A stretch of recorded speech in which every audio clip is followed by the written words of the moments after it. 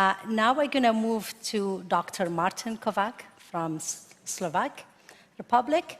And Martin, you told me a lot about your ideas around the water cycle and how there is solution. And that solution could be done in small countries and big countries. And I find it really, myself, impressive and new. So tell us a little bit more about it. What does water cycle do and how does it work? And how could you secure a balance in the water cycle? Thank you for giving me the floor, and thank you for inviting me. Do you hear me? Does the mic work? No, it doesn't work. No? Can we get the mic of Dr. Martin, please? Okay. Thank you for giving me the floor and for inviting.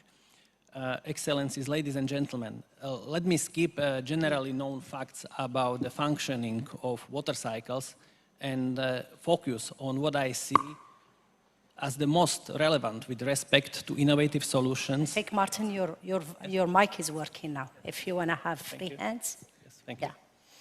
For climate through collective action. While large water cycles represent the circulation and exchange of water between continents and oceans, small water cycles occur on a much smaller scale, either over oceans or continents. Small water cycles generate mild regional weather with rainwater staying around and returning to Earth as rain, dew, mist, and fog. Small water cycles are directly interconnected with large water cycles. The more water we have recycling in the small water cycles, the less extreme weather we experience due to the large water cycles. The current water challenge for humanity is the growing imbalance of global water cycle manifested by sea level rise versus the opposite growing deficit of inland waters and reserves. Rainwater, soil, and plants are the basic components of the functioning of small water cycles on land. Land use changes, such as deforestation, unsustainable agricultural methods, and urbanization, cause the reduction of soil cover, the deterioration of soil biology, the growth of surface runoff, and decrease of rainwater infiltration into the soil, and a reduction of evaporation. These activities promoted over vast territories without compensation of the original hydrological parameters make the imbalance over the decades bigger and bigger. In other words, we dry out our lands, reduce their natural rainwater retention capacity, and send too much water to the oceans. Moreover, as water plays a crucial thermoregulatory function, dehydration has a significant impact on the temperature balance. A major part of the incoming solar energy in a well-watered landscape is consumed by evapotranspiration without a significant increase in temperature.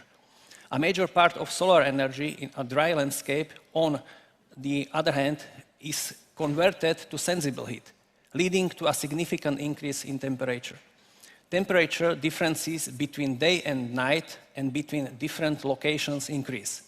We know that clear skies often prevail over heat islands, arid areas, and deserts.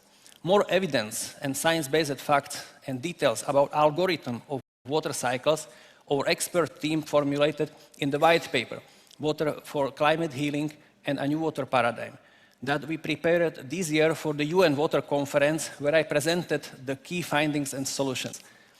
The good news is that hydrological changes and impacts of previous land use changes are reversible. By implementing adaptation measures in landscapes and cities, by improving soil health and rainwater management, integrated land and watershed restoration will restore small water cycles. Plants are vital in regulating small water cycles and stabilizing local, regional, and global climates. They transform CO2 into biomass, soil, and oxygen quickly and in large volumes. They facilitate the necessary evaporation of water from the landscape, cooling the surrounding environment, soil, and air. It is hard to overestimate the role of forest, which draw atmospheric moisture from the ocean to any distance inland due to a mechanism described as a biotic pump. In doing so, they compensate for the gravitational runoff of fresh water, generate rainfall, and maintain optimal soil moisture content. So we can restore small water cycles and heal the climate. There are examples of various original or new techniques for water and soil regeneration in different parts of the world. They confirm that coordinated efforts by local communities, farmers, and forest managers can reduce climate risks and restore the balance of water circulation. Thank you. Thank you very much. Thank you very much, Dr. Martin.